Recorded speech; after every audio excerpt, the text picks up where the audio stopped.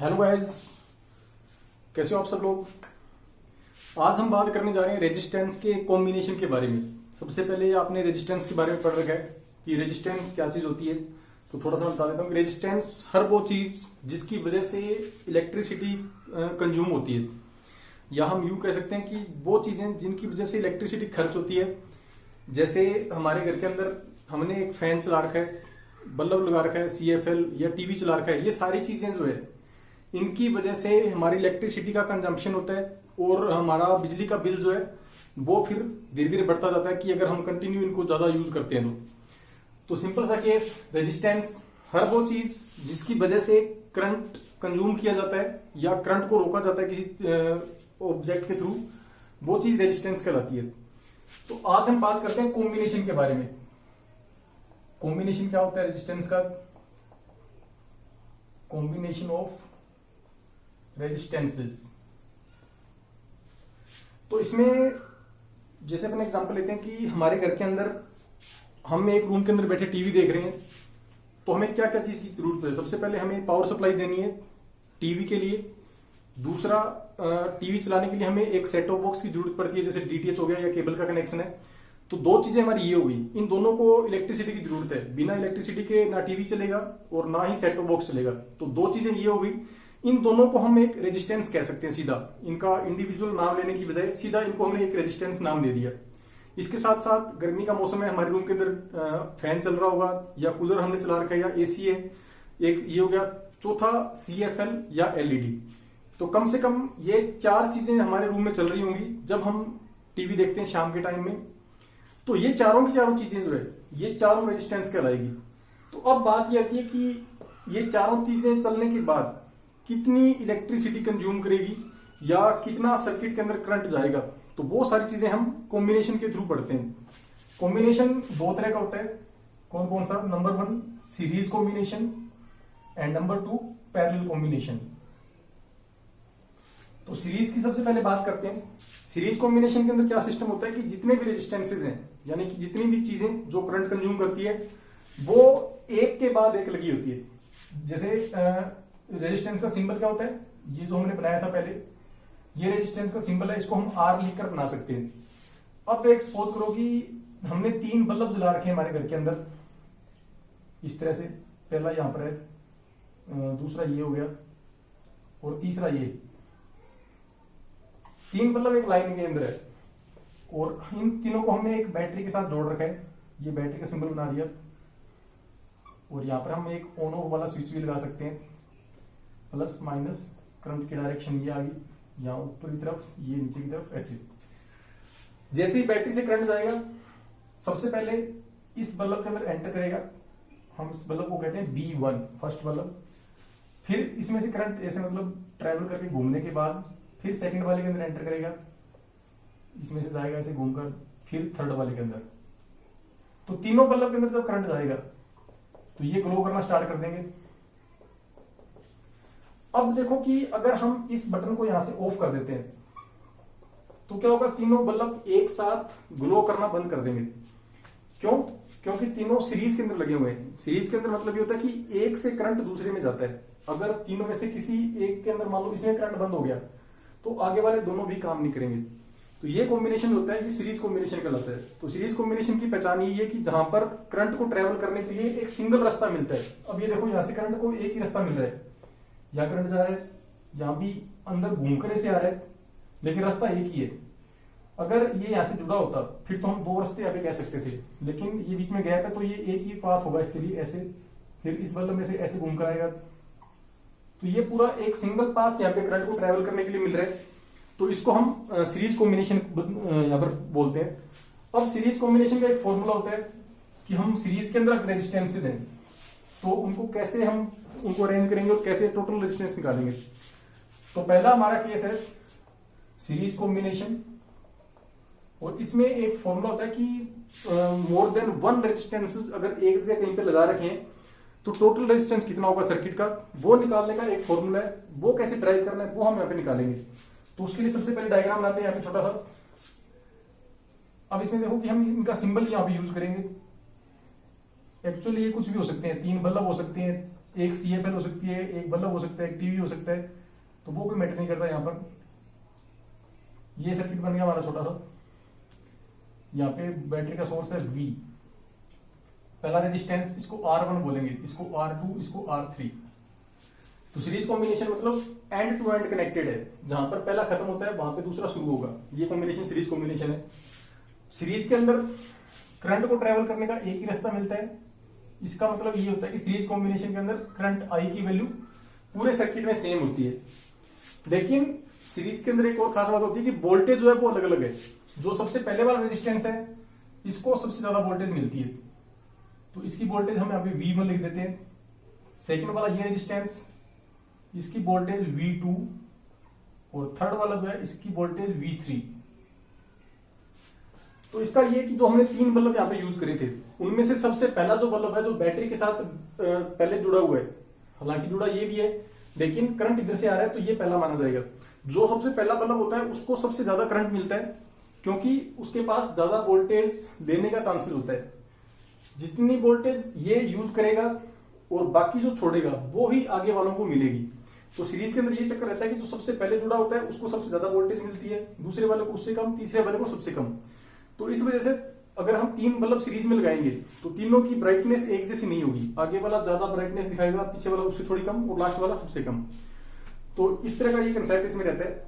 अब जो फॉर्मूला है वो कैसे देखो, तो सबसे पहले हम कहते हैं in series combination resistance R1 consume voltage V1, resistance R2 consume voltage V2 and resistance R3 consume the voltage V3।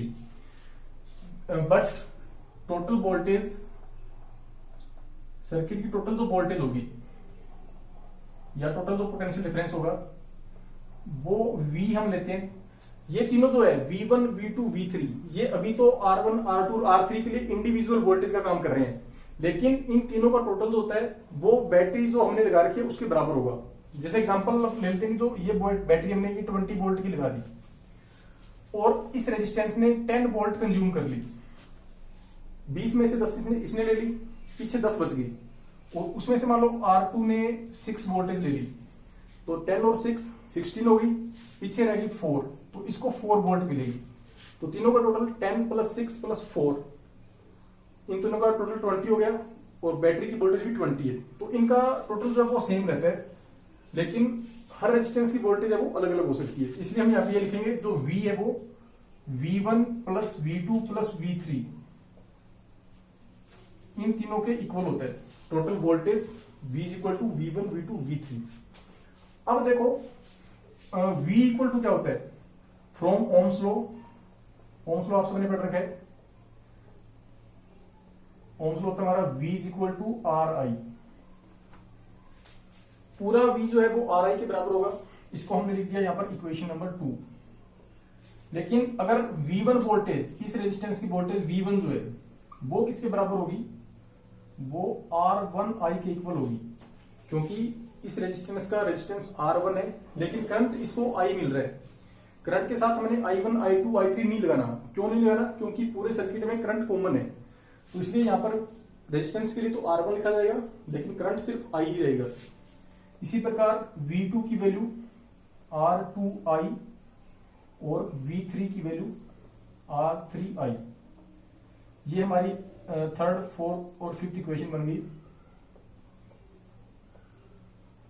अब क्या करना है, 2nd, 3rd, 4th और 5th यहां से वैल्यू लेकर फर्स्ट इक्वेशन के अंदर पुट करनी, सीधा सा काम है। तो जैसे यहाँ पे V लिखा हुआ है, V की जगह हमने लिखना है RI। ये लेफ्ट हैंड साइड में था तो RI यहाँ पे लेफ्ट में आ गया क्योंकि इसकी जगह पे लिखा है। फिर इक्वल के सिंबल के बाद V1 लिखा हुआ है, V1 के आगे लिखना है R1I, यहाँ पे R1I आ जाएगा। सिमिलरली आगे आ जाएगा R2I + R3I।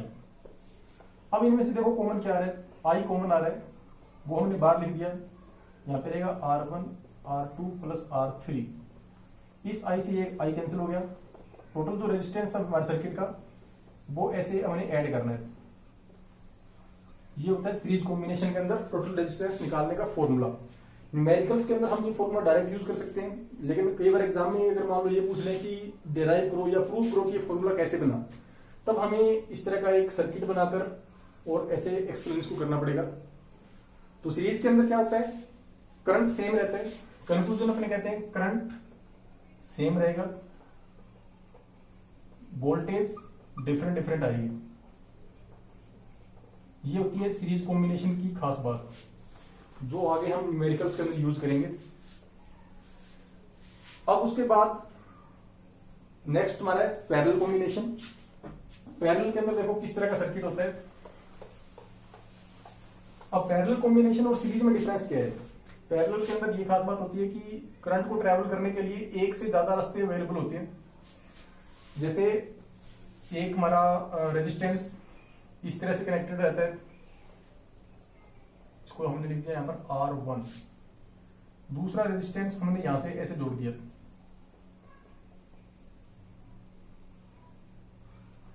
तीसरा रेजिस्टेंस इस तरह से, ये आ गया R3, और यहां पर हमने बैटरी लगानी है इनके बीच में, ये आ गई बैटरी B। अब पहले वाले में और इसमें क्या फर्क नजर आ रहा है? पहले वाले में ये था कि यहां से करंट निकला I, वो करंट पूरे सर्किट में सेम था, लेकिन यहां पे पूरे सर्किट का करंट जो है वो अलग अलग हो जाएगा।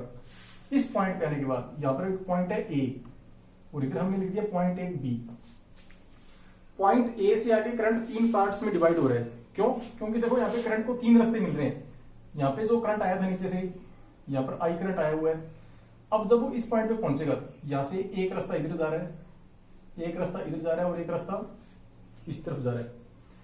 तो जो तीन रेजिस्टेंस हम यहाँ पे ले रहे हैं, R1, R2 और R3, तीनों के लिए अलग अलग ब्रांच, हम इसको कह सकते हैं कि ब्रांच है यहाँ पे करंट को जाने के लिए।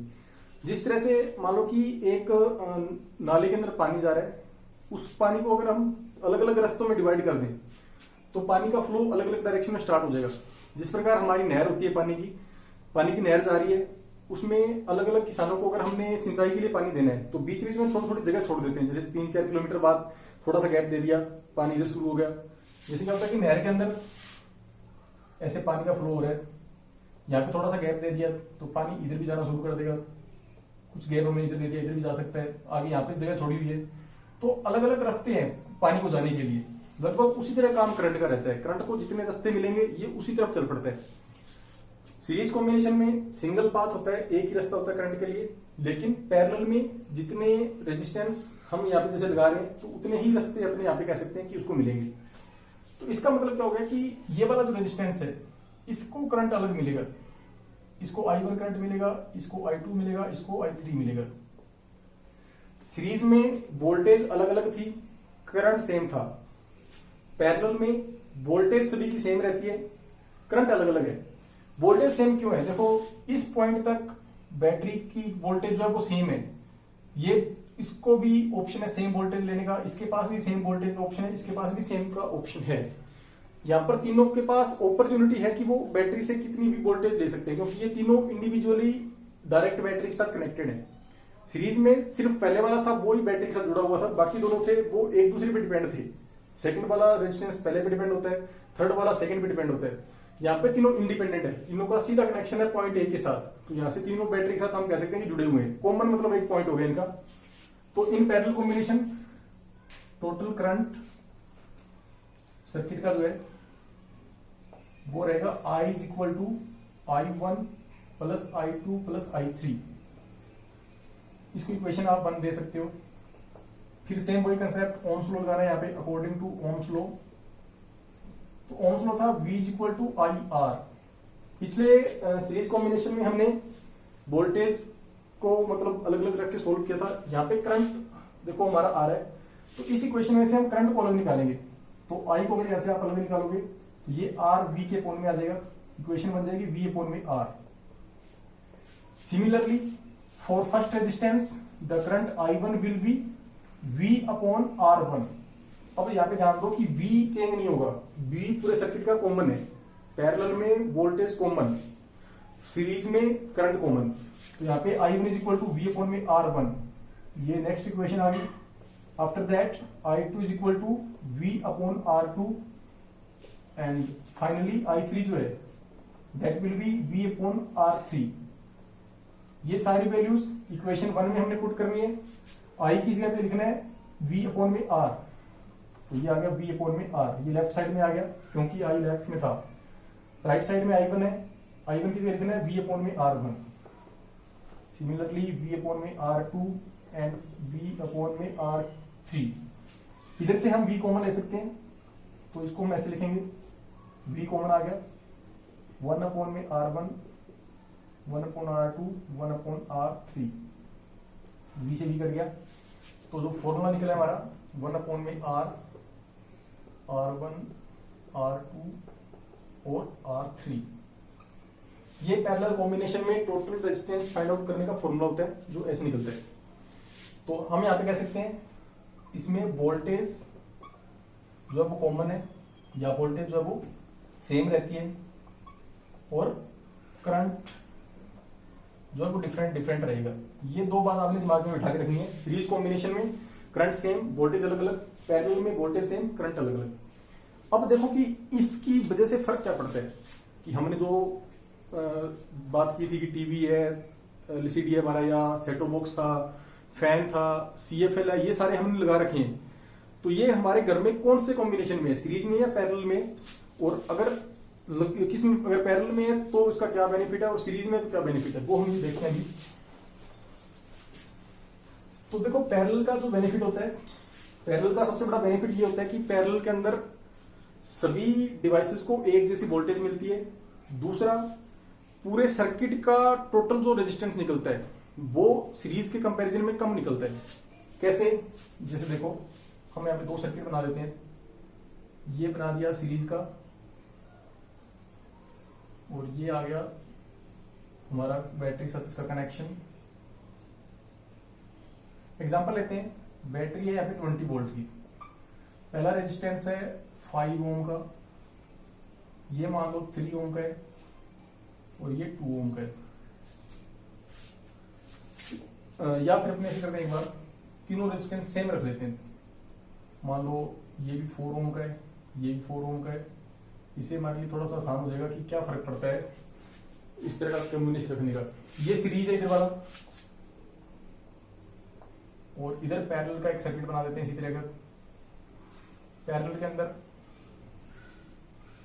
ये पहला हमारा रेजिस्टेंस, ये सेकंड, और ये यहाँ पे थर्ड। ये भी 4 ओम का है, ये 4 ओम, एंड दिस इज ऑल्सो 4 ओम। और ये बैटरी आ गई 20 वोल्ट की, ये करंट की डायरेक्शन।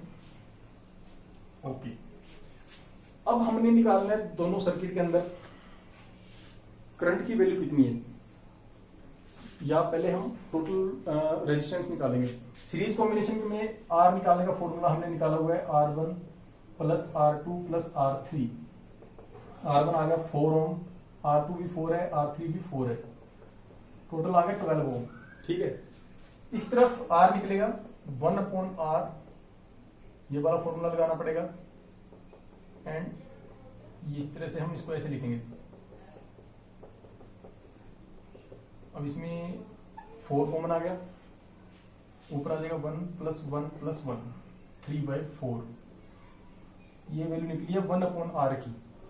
अगर हम यहां से R की वैल्यू निकालेंगे, 4 इधर चला जाएगा, R का 3 के साथ मल्टीप्लाई, और वो 3 4 के अपॉन में आ जाएगा। यानी कि यहाँ पे रेजिस्टेंस निकलता है वो ऐसे रेसिप्रोकल करना पड़ता है बाद में।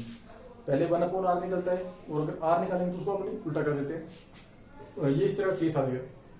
यहाँ पे टोटल रेजिस्टेंस निकला 12 ओम, यहाँ पे टोटल रेजिस्टेंस निकला 4/3 ओम। 4/3 ओम का मतलब कितना होता है? 1.33 ओम। तो अब आप देखो कि पैरेलल का क्या बेनिफिट है। पैरेलल के अंदर पूरे सर्किट का रेजिस्टेंस कम हो जाता है, जबकि यहाँ पे सर्किट का रेजिस्टेंस है बढ़ जाता है।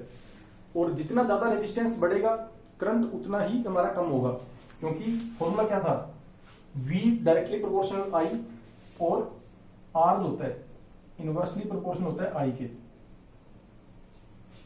अगर R बढ़ेगा तो करंट घटेगा, इसका मतलब करंट ज्यादा वहां पे कंज्यूम होगा, और करंट ज्यादा कंज्यूम होगा, हमारी बिजली की खपत ज्यादा होगी, हमारी बिजली का बिल ज्यादा आएगा। और अगर रेजिस्टेंस कम होगा तो हमारे पास करंट ज्यादा अवेलेबल रहेगा, यानी कि करंट की खपत वो घट जाती है, और उसकी वजह से हमारा बिजली का बिल है जो कम आता है। अब हम इस इस तरह के न्यूमेरिकल आ सकते हैं आगे, आपको ऐसा सर्किट दे देंगे तो वो कहेंगे कि करंट निकालो। अब यहाँ पे देखो करंट निकालेंगे, आई की वैल्यू कितनी आ जाएगी इसके अंदर, आई का फॉर्मूला V अपॉन में R, V 20 दे रखा है हमें, R दे रखा है 12, तो 20/12 इसको पहले कर देंगे सिंपल, अपने 4 से करेंगे, यहाँ पे 5 आ गया, यहाँ पे आ गया 3, 5/3 आ गया ये, और इसको डिवाइड करेंगे अपने 1.67 एम्पियर। ये करंट रहेगा सीरीज के अंदर, सीरीज का करंट 1.67 एम्पियर। पैरेलल का current I is equal to V upon में R, V यहाँ पे 20 था, R की वैल्यू 4/3 वाली अपन यूज कर सकते हैं एक बार, 4 अपॉन में 3 ऊपर चला जाएगा, 20 इंटू 3/4 60/4 आ गया, 15 एम्पियर। वहां पे 15 एम्पियर हमारा जो करंट है वो हम यूज कर सकते हैं, जबकि इधर जो करंट था हमारा वो 1.67 एम्पियर ही रहेगा। यहाँ पे करंट सेम, 3 रेजिस्टेंस इधर है, 3 इधर है, तीनों एक जैसे हैं, 4 ओम का या भी 4 और 4 ओम का, लेकिन उनको कनेक्ट करने का जो सिस्टम है वो अलग अलग है। यहाँ पे सीरीज में एक के बाद एक लगे हुए हैं, इसमें तीनों पैरेलल लगे हुए हैं। पैरेलल का मतलब क्या होता है, जैसे ये 2 लाइनें खींच दी, ये पैरेलल लाइंस हैं। इसका मतलब ये होता है कि अगर हम करंट का सोर्स को यहां से जोड़ देंगे तो करंट को पैरेलल रास्ता मिलेगा। अगर एक बंद भी हो गया तो दूसरा काम कर रहा है। पैरेलल का सबसे बड़ा फायदा, रेजिस्टेंस कम होता है, इस वजह से करंट ज्यादा मिलेगा। दूसरा, अगर हमारा सर्किट है उसमें कोई एक आधी चीज खराब हो जाए तो बाकियों के ऊपर असर नहीं पड़ेगा। इधर हम क्या होता है कि मान लो हमने जो पहले बल्ब वाला एग्जांपल लिया था, ये बल्ब हमारा आ गया, इधर एक बल्ब हमने यहाँ पे ले लिया और एक इस प्रकार यहाँ पे हमने लगा दिया। अगर तीनों में से कोई एक बल्ब फ्यूज हो गया, आगे वाले बल्ब भी काम करना बंद कर देंगे। सीरीज का ये सबसे बड़ा नुकसान है, यानी कि सीरीज में हम हर चीज को इंडिविजुअली ऑपरेट नहीं कर सकते, सेपरेटली ऑपरेट नहीं कर सकते। अब जैसे अपने बात करते हैं कि हमारे घर का एक रूम है, उसमें 2 पंखे लगे हुए हैं और बड़ा रूम है। अगर अकेला बंदा कोई वहां पे बैठा स्टडी कर रहा है तो उसने सोचा कि हम जहां पर बैठे हैं उसके ऊपर जो पंखा है हम वो ही चला लें, दूसरे की हमें जरूरत नहीं है। तो हम एक बटन ऑन करते हैं, एक सिंगल फैन उससे ऑन हो जाता है। तो इस तरह का जो सिस्टम होता है जहां पे हम हर चीज को सेपरेटली ऑन या ऑफ कर सकते हैं, वो रास्ता या वो जो मेथड होता है वो पैरेलल होता है। लेकिन सीरीज के अंदर क्या होता है कि या तो सारे एक साथ ऑन होंगे या सारे एक साथ ऑफ होंगे। ये सिस्टम सीरीज का कहलाता है। तो अब देखने में ये लग रहा है कि उसके हिसाब से तो पैरेलल हमारे लिए ज्यादा बड़ी है, फिर हमें सीरीज की जरूरत क्यों है। लेकिन कुछ जगह ऐसी होती है जहां पे सीरीज की भी आवश्यकता पड़ती है हमें। जैसे दिवाली पे हम डेकोरेशन करने के लिए लड़ियां लेकर आते हैं घर पर, उसमें बहुत सारे बल्ब होते हैं छोटे छोटे। अगर उन सभी के लिए अलग अलग बटन रखेंगे तो फिर हमारे पास बहुत ज्यादा दिक्कत आ जाएगी सभी को इंडिविजुअली ऑन या ऑफ करने के लिए। तो जो लड़ियां आते हैं उसमें प्लग लगाते हैं, सीधा बोर्ड के अंदर बटन ऑन करेंगे, सारे बल्ब एक साथ ग्लो करेंगे। तो कुछ कंडीशन ऐसी हो जाती है कि हमें सीरीज कॉम्बिनेशन की जरूरत पड़ती है। जैसे कहीं पे मैरिज का फंक्शन है, टेंट लगा हुआ है, उसमें जो लाइटिंग का काम होता है वो सभी को ऐसे सीरीज में लगा देते हैं। सभी को नहीं तो कम से कम 10-10 या 8-8 एक साथ लगा देंगे, जिससे कि उनके लिए अलग से बटनों की जरूरत ना पड़े, वो 8 या 10 एक ही बटन से ऑन ऑफ हो सके। तो वो कुछ जगह ऐसी हो जाती है जहां पर हमें बहुत सारे बल्ब जलाने हो और उनको हम चाहते हैं कि इंडिविजुअली ऑन ऑफ ना करना पड़े, एक बटन से ही 10 या 12 इकट्ठे ऑन ऑफ हो जाए, तो वहां पर हमें सीरीज की जरूरत पड़ती है। इसके अलावा कई वेयर हाउसेज वगैरह होते हैं जहां पे गेहूं की बोरियां वगैरह रखी जाती है, बड़े बड़े गोदाम होते हैं, वहां पर भी ये सिस्टम कई बार लगा के रखते हैं कि एक बटन दबाएं तो सारे गोदाम के अंदर एक साथ इलेक्ट्रिसिटी हमारी है वो आ जाए या सारे बल्ब एक साथ ग्लो करने लग जाएं। तो पैरेलल के भी अपने फायदे हैं, सीरीज के भी अपने फायदे हैं, लेकिन सीरीज के फायदों की बजाय नुकसान काफी ज्यादा है। इस वजह से ज्यादातर हमारा जो सर्किट होता है वो पैरेलल ही हम बनाकर रखते हैं। तो पैरेलल का फायदा एक तो ये होता है हर चीज को एक जैसी वोल्टेज मिलती है। इसमें पहले वाले को वोल्टेज ज्यादा, दूसरे वाले को कम, तीसरे वाले को कम, यानी कि जो आगे वाला होता है उसकी मर्जी चलती है, उसने जितना कंज्यूम कर लिया, पीछे वालों को दिक्कत आ जाएगी। तो इसका मतलब वोल्टेज सभी के लिए सेम, इसमें सभी के लिए अलग अलग। सर्किट का रेजिस्टेंस इसमें लो रेजिस्टेंस होता है, इसका रेजिस्टेंस हाई हो जाता है। तो रेजिस्टेंस एक ऐसी चीज है जो हमारे लिए नुकसानदायक है, जो हमारी बिजली को खर्च करती है। तो वो जितनी से जितनी कम होगी हमारे लिए उतनी बढ़िया रहेगा। तो पैरेलल में रेजिस्टेंस कम होता है, सीरीज में रेजिस्टेंस ज्यादा होता है, तो एक ये प्रॉब्लम है। तीसरी मेन चीज, अगर एक ही चीज ऑन करनी है तो हम उसको अकेले को ऑपरेट कर सकते हैं, यानी कि हर चीज के लिए अलग अलग बटन ऑन ऑफ वाले अवेलेबल रहते हैं। इसमें सारे या तो एक साथ ग्लो करेंगे या कोई भी नहीं करेगा, तो ये कई बार हमारे लिए दिक्कत का काम करता है। तो चलो यहां तक तो ठीक था कि एक से सारे ऑन हो गए, लेकिन दिक्कत ये है कि उनमें से अगर एक भी खराब हो गया तो बाकी जो सही थे वो भी काम करना बंद कर देते हैं। तो इस तरह से कह सकते हैं कि इनकी बहुत ज्यादा तगड़ी यूनिटी है इनकी सीरीज वालों की, सारे या तो एक साथ काम करते हैं नहीं तो कोई नहीं करता।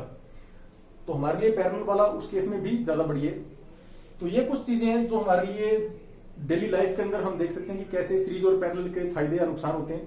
तो आपने दोनों तरह के जो फॉर्मूले जो हमने बनाए हैं, एक ये वाला और एक ये, इनको पहले ड्राइव करके देखना कैसे निकलेंगे, फिर इनसे रिलेटेड न्यूमेरिकल्स हैं वो करने, और अगले लेक्चर के अंदर हम जो हाई लेवल के न्यूमेरिकल्स हैं वो करेंगे। तब तक के लिए शुभ रात्रि, गुड बाय।